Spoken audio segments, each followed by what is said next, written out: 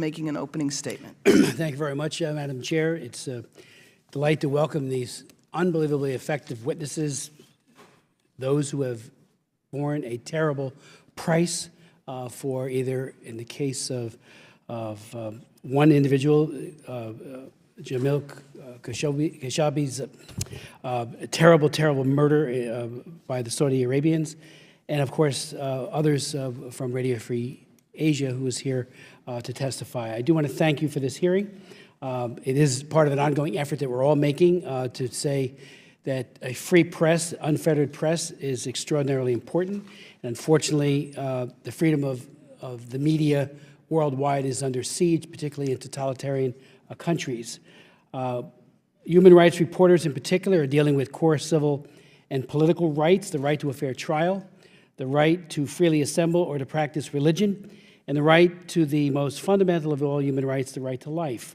Freedom of speech is doubly implicated when journalists are targeted by a repressive government. Not only are the voices of journalists silenced, but also the voices of the victims of civil rights abuses, for whom journalists are allowed to have their stories told, and their sources as well, who are often tracked down and abused. Take, for the example, one of our witnesses, Guli Hoja from Radio Free Asia. I had the privilege of inviting her to testify at a hearing last year before the Congressional Executive Committee on China for her work on reporting on the repression of the Uyghurs by the Chinese government in the Xinjiang Uyghur Autonomous Region. As a direct result of her brave reporting, more than 24 of her relatives were placed in so-called re-education camps, concentration camps. In other words, she both reports the news and becomes the news, insofar as her family has been victimized on account of her fulfilling her professional duties. When we put the face of a victim on an issue and we hear what they have endured or their families, it becomes personalized, and it makes it even more compelling and more understandable to everyone, including members of Congress. So thank you for sharing that story. I would point out that another person who worked for Radio Free Europe, Ish Kahija, who I actually met with in Baku some years ago, she got 7.5 years by the government of Azerbaijan for reporting on the kleptocracy of the president of that country, Aliyev. And so I did convene a hearing. We heard from a number of important people in the journalist world, including Radio Free Europe's leader, head, director, and made an appeal to Aliyev to let her go. She reported on corruption. She had every right to do so, and yet she was serving a 7.5 year, and she was working as a stringer for us, the United States government. I introduced a bill, the Azerbaijan Democracy Bill, an act, and really began saying Aliyev needs to release all of his political prisoners, and that includes members of the press. He did release them. He released her. But again, the message had been sent, and I think it still remains and has a chilling effect that lasts for a very, very long time, that if you cross swords with a dictator, you will pay a very, very severe price. So self-censorship becomes a very real issue as well, and I'm sure our distinguished witnesses can speak to that. Hatis, thank you for the time that we spent together yesterday. Both my staff and I were greatly moved by your love for your fiancé and the lack of accountability on the part of those people who murdered him.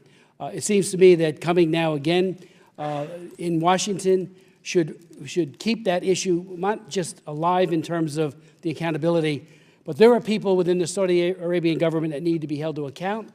And I, for one, believe that Magnitsky sanctions need to be meted out against those individuals, and I'm sure we have very good actionable information on them for their role in this terrible atrocity. And then sometimes we go from the horrific murder or incarceration of journalists to things that are like ridiculous. For example, in China, we know that the children's character Winnie the Pooh is now subject to Chinese censorship because Winnie the Pooh, members might have seen in The Guardian, Winnie the Pooh and a picture of Xi Jinping was run.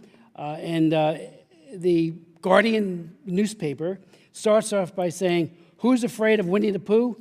The Chinese government, apparently. It shows you how skin deep and how easily offended, and then, of course, there's retaliation against real people, not characters from the Disney folks, that occur. I mean, it's just the tip of the iceberg of just how extreme. I held hearings in this committee years ago when Google, Microsoft, Cisco, and Yahoo were enabling the dictatorship to censor just about everything on the internet, and still do, sadly. But then it was Google's complicity in that I and others found to be appalling. Yesterday, we heard from Hong Kong democracy activists at a hearing of the China Commission. And one of them pointed out, because they talked about the chilling effect that the new extradition amendments might have, and basically what a lack of press freedom in Hong Kong is having on journalists, particularly in the area of self-censorship. Not only are people in mainland China, and as you point out, Mr. Simon, there's, after Turkey, China is second in terms of incarcerated journalists, and it's probably an undercount because it is such a secret society. We don't know how many are being held fully, particularly bloggers.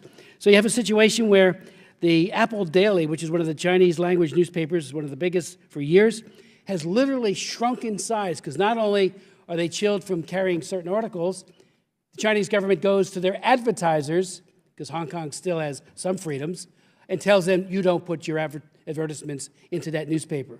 So they go after them in every which way, including economically. Elsewhere, Erdogan is waging a war on journalists. And again, Joel Simon will talk about the fact that they are the single largest jailer of journalists in the world.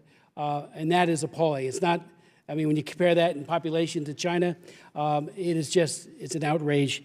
And hopefully you will speak further to that later on. Again, I want to thank you for your testimonies in advance, and thank you for bearing witness to a very ugly truth about this censorship, the incarceration, the intimidation of those men and women who are journalists who are trying to bring truth to light. Reel back. Thank you, Mr. Smith. I now want to